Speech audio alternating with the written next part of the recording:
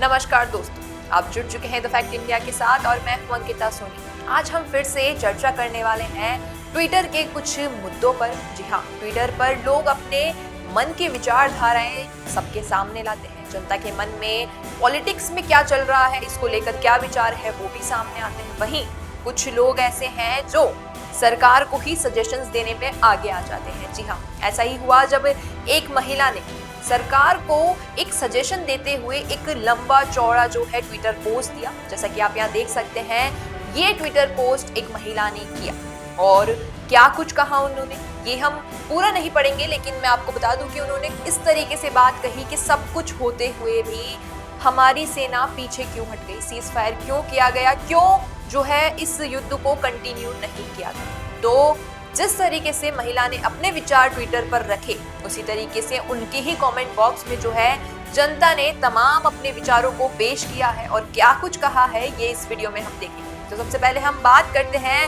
First comment की। Israel को कितने साल लगे थे अपने खिलाड़ियों को मारने वालों को ढूंढ ढूंढ कर मारने के लिए? भारतीय सेना को इससे पहले फ्री हैंड कब मिला था?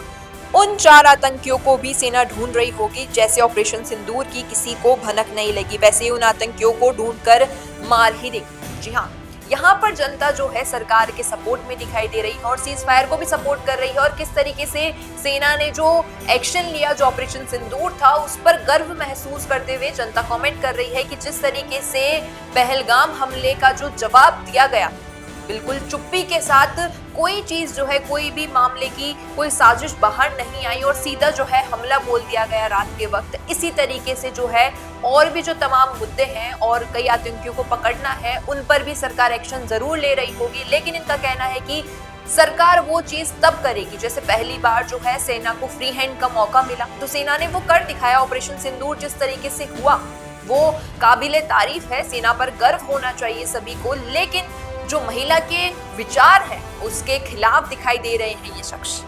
वहीं हम दूसरे कमेंट की ओर देखें तो एक शख्स कहते हैं कि हमारा काम यही बचा है, वो आए, हमें गोलियों से भूनकर चले जाएं और हम उनको ढूंढते रहें और उनके आतंकवादी फैक्ट्री को छोड़ दें। ये सिलसिला कभी खत्म नहीं होगा। आप जिस प्रोफेशन में हैं, आप महारत हासिल करवा दीजिए और ऑलराउंडर बनने की कोशिश मत कीजिए। ये महिला पर जाहिर सी बात है पर्सनल कमेंट है, लेकिन जो इन्होंने बात शुरुआत में की, किस तरीके से जो पाकिस्तान है वो हमेशा आता है, आतंकवाद फैलाता है, हमारे देश के कुछ लोगों को या सैनिकों को मारकर चला जाता, तो हमेशा हम चुप्पी साधे बैठे रहे, ऐसा नहीं होने वाला। उनको जवाब देना जरूरी है और देश की जो सेना है वो जवाब दे भी रही है। सरकार इस पर विचार कर भी रही है और किया भी है। जिस तरीके से ऑपरेशन सिंदूर हुआ या उसके अलावा भी कई ऐसे तमाम जो है मुद्दे रहे हैं, कई ऐसी डेट्स रही हैं जो पूरे देशवासियों को याद है। जैसे पहलगाम अटैक हुआ, वैसे ही कई और अटैक्स थे।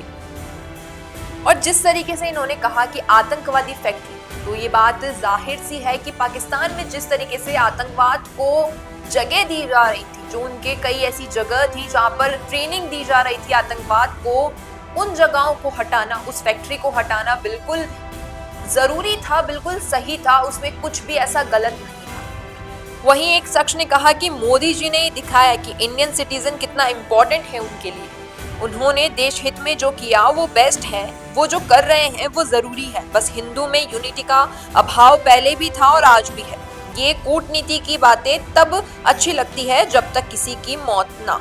वहीं इन्होंने कहा कि जिस तरीके से पीएम मोदी ने एक्शन लिया और हमारी सेना ने एक्शन लिया, वो बहुत ही जरूरी था और जो एक्शन लिया गया वो बिल्कुल सही था, उसमें कुछ भी ऐसा जो है गलत नहीं है। जिस तरीके से पीएम मोदी ने ऑपरेशन सिंदूर, या हम सेना की बात कहें कि उन्हें फ्री हैंड दिया गया, और जो ऑपरेशन सिंदूर हुआ, जिस तरीके से पाकिस्तान में जाकर अटैक किया गया और पीएम मोदी ने यहाँ पर इस युद्ध को सीज फायर को करके सही किया, क्योंकि वो इंडिया के सिटीजन की रक्षा करना चाहते हैं।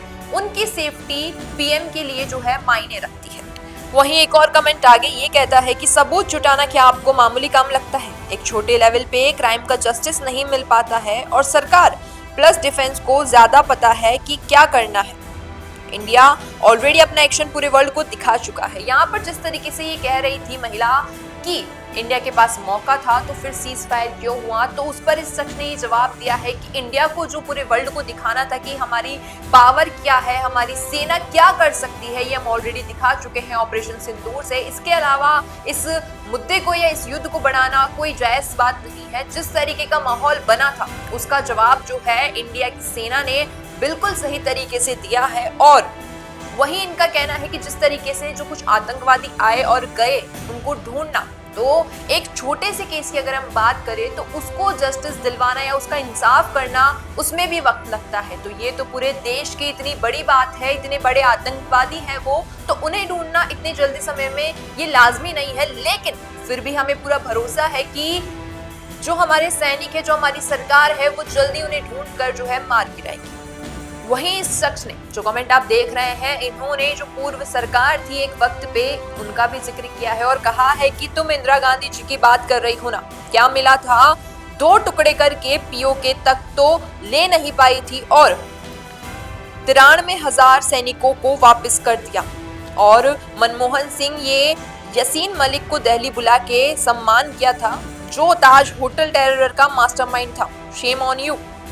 यहाँ पर ये जो है किस तरीके से सरकार पर, पूर्ववर्ती जो सरकार थी उस पर वार कर रहे हैं और कह रहे हैं कि जब इंदिरा गांधी की सरकार थी तो देश के 2 टुकड़े हुए, पीओके वो नहीं ले पाई। और अब जब इन्होंने ये भी जिक्र किया है कि मनमोहन सिंह ने दिल्ली बुलाकर जो है सम्मान किया था यासीन मलिक का, जो कि ताज होटल पे जो अटैक हुआ था उसके मुख्य रूप से उसमें साथ थे। और उस वक्त की जो ये बातें हैं शायद महिला कर रही हैं, क्योंकि अभी जो करंट सिनेरियो है, जो बीजेपी सरकार है अभी इस वक्त, उन्होंने जो जवाब दिया है वो तो काबिले तारीफ के साथ साथ बहुत सही निर्णय लिया गया है देश के।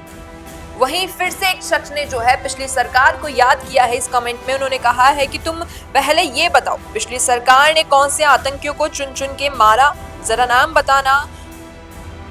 कुछ गलत शब्द हैं, इसमें हम बात नहीं करेंगे। और कश्मीर में क्या हाल होता है भारतीय सेना का पिछली सरकारों में, ये भी लिखो। कश्मीरी हिंदुओं का क्या हुआ पिछली सरकारों में, किस तरीके से जो कश्मीर की हालत थी पहले, वहाँ के सैनिकों की या वहाँ के लोगों की, किस तरीके के डर के माहौल में, आतंकवाद के माहौल में लोग रह रहे थे 307 धारा से पहले, वो क्यों कोई कमेंट नहीं कर रहा है, वो कोई ट्विटर पे पोस्ट क्यों नहीं कर रहा है। अब जब वहाँ पर सेफ्टी है, पहलगाम अटैक हुआ ये बात सही है, लेकिन जो अब वहाँ पर लोग खुश हैं अपने आसपास के माहौल से, सरकार से खुश हैं, तो उस बात का जिक्र क्यों कोई नहीं कर रहा है।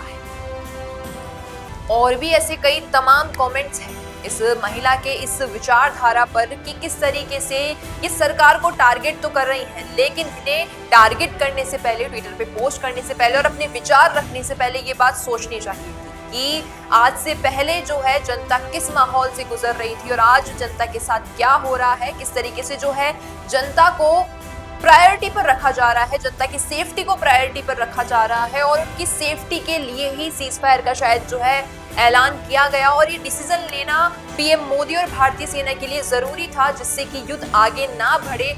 और अब हम यही उम्मीद करते हैं कि ऐसी युद्ध की स्थिति फिर से ना बने और सब कुछ सही रहे। ऐसी सीज फायर की स्थिति अगर अभी बनी हुई है तो इसके पीछे भी जो है सरकार का कोई ना कोई डिसीजन, कोई ना कोई रणनीति जो है जरूर बनी होगी। अब आपका क्या कहना है इस पूरे मुद्दे पर, आपके क्या विचार है सीज फायर पर, ऑपरेशन सिंदूर पर या फिर भारतीय सेना के फ्री हैंड देने पर, जरूर बताइएगा नीचे कमेंट सेक्शन में। अगर वीडियो पसंद आया हो तो इसे लाइक करना, शेयर करना और चैनल द फैक्ट इंडिया को सब्सक्राइब करना न भूलें।